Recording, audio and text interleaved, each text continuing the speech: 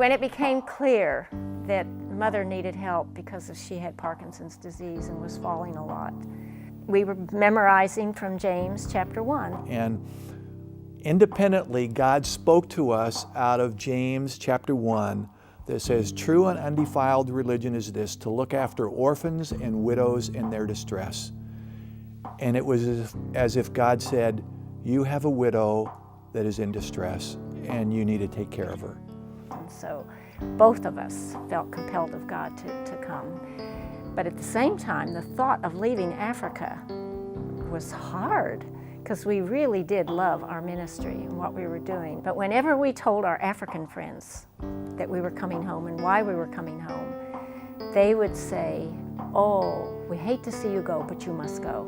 You must go." They understood because they really do care for their elderly. I had always wondered how we would ever leave Africa, and it was kind of like God was saying, "This is how I'm bringing you back." So we came home, and She was from a little country place in Virginia, Bear Wallow, Virginia. Not much going on in Bear Wallow, Virginia. And so we went and we said, we would like to come home to take care of you if you're willing to live with us and move to wherever God leads us to be with Crusade. And she said, I would like to do that. And I knew it would not be easy caring for someone who would be very debilitated after a while. But at the same time, my mother had been a wonderful mother. And God gave us some good years together with her and also some hard years. And the last years of her life were pretty hard. When the rigors of caring for someone, caregiving 24 hours a day, is hard, I found out. It's probably one of the hardest jobs. And even though Mother was not a bitter, angry woman, it was still constant care, and she had to be helped. She could not be left alone or she might fall. And sometimes she did fall. But every time when I would begin to feel like, oh, Lord, I just don't know if I can go on, God would provide some kind of an outlet for me. Either, in one case, our neighbor Wendy, who lived 4 doors down, became available. And I would get a few hours break. And that was just a blessing to me, because I could go out, I could come here to the office and do some things that they could have me do and get away. And it just refreshed me so that I was able to carry on. My mother used to tell me years before, when things would happen in my life, that when it gets hard, Alice, start thanking God for the things that you can be thankful for.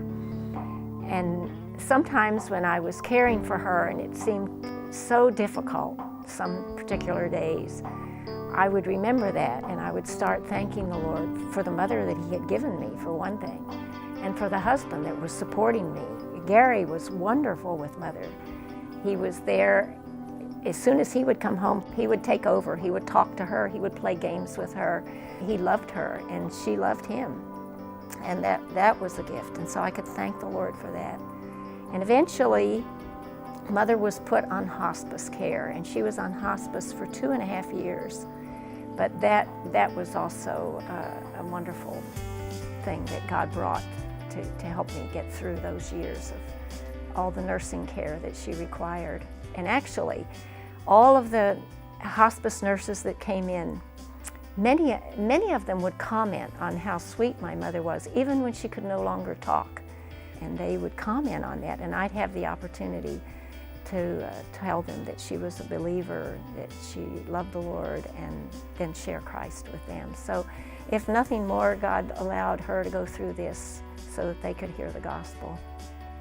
But those were hard days, and as I look back now, as a friend told me in the very beginning, before we started, who had also cared for her aging parents and her husband's aging parents, she said to me, when you get to the end of this, Alice, you will be so thankful that you did this. And we were. God was gracious, and we're glad that we were able to minister to her in that way. And I think the biggest lesson that we learned is the lesson of servanthood, how to really be a servant. A servant doesn't choose when to serve. A servant is available at all times. And that's something that wasn't an easy lesson to learn, but it was good for us.